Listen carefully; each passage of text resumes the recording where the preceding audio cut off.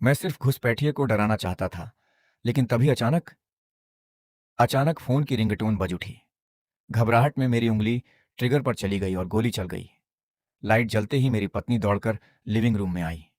मैंने देखा कि जिस अजनबी को मैंने गोली मारी थी, उसकी आंखों से खून बह रहा था। मेरे हाथ अब भी कांप रहे थे।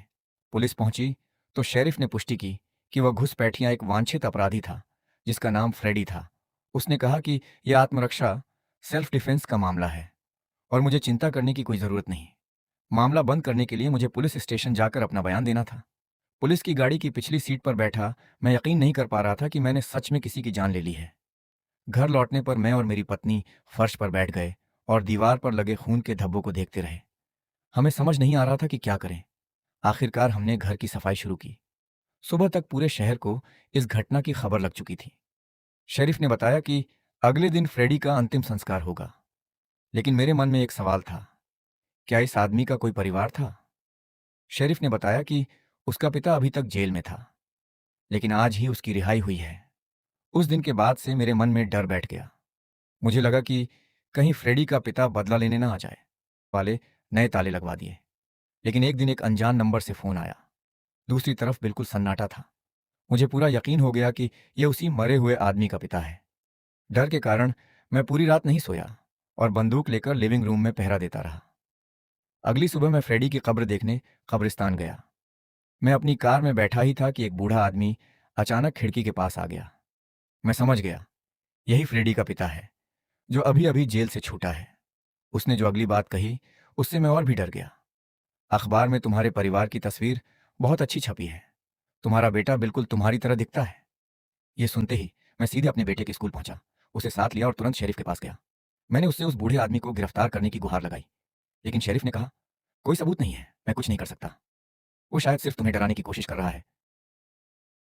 पुलिस स्टेशन से निकलकर मैं अपनी पत्नी और बेटे को लेकर घर पहुंचा, लेकिन जैसे ही हम दरवाजे पर पहुंचे, देखा कि ताला टूटा हुआ था। मैं चिल्लाया, गाड़ी से बाहर मत निकलना। क्या हुआ? ताला तोड़ा गया है। मैं घबरा गया। मैंने पत्नी से कहा कि वो बेटे को लेकर तुरंत पुलिस स्टेशन जाए। मैंने कार की डिक्की से कुछ औजार निकाले और अकेला घर के अंदर गया। पहले तो सब सामान्य लगा, लेकिन जब मैं बेटे के कमरे में पहुंचा तो फर्श पर एक गोली पड़ी थी। मैंने ऊपर देखा तो एक टेडी बियर की एक आंख फोड़ी हुई थी। फिर दूसरी गोली और तीसरी। पुलिस तुरंत पहुंच गई। अब हमारे पास सबूत था। उन्होंने घर के बाहर गुप्त निगरानी शुरू कर दी और एक पुलिस अधिकारी को घर के अंदर तैनात कर दिया। फिर भी मुझे नींद नहीं आ रही थी। रात को मैं दूध लेने नीचे गया। जब वापस कमरे में लौटा तो देखा कि फ्रेडी का पिता मेरे बेटे के बिस्तर के ठीक पास खड़ा था। तभी नीचे से एक अजीब आवाज आई। मैं दौड़कर नीचे गया। अटारी एटिक का दरवाजा खुला हुआ था।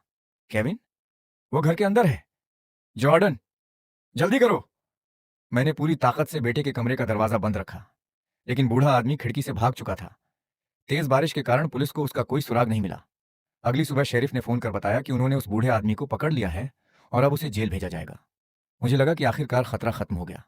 मैं खुशी खुशी पुलिस स्टेशन पहुंचा, लेकिन बयान देने के बाद मेरी नज़र दीवार पर लगे वांटेड पोस्टर पर पड़ी। मैं पास गया और मेरे पैरों तले जमीन खिसक गई। पोस्टर में जिस फ्रेडी की तस्वीर थी, वो आदमी नहीं था जिसे मैंने उस रात गोली मारी थी।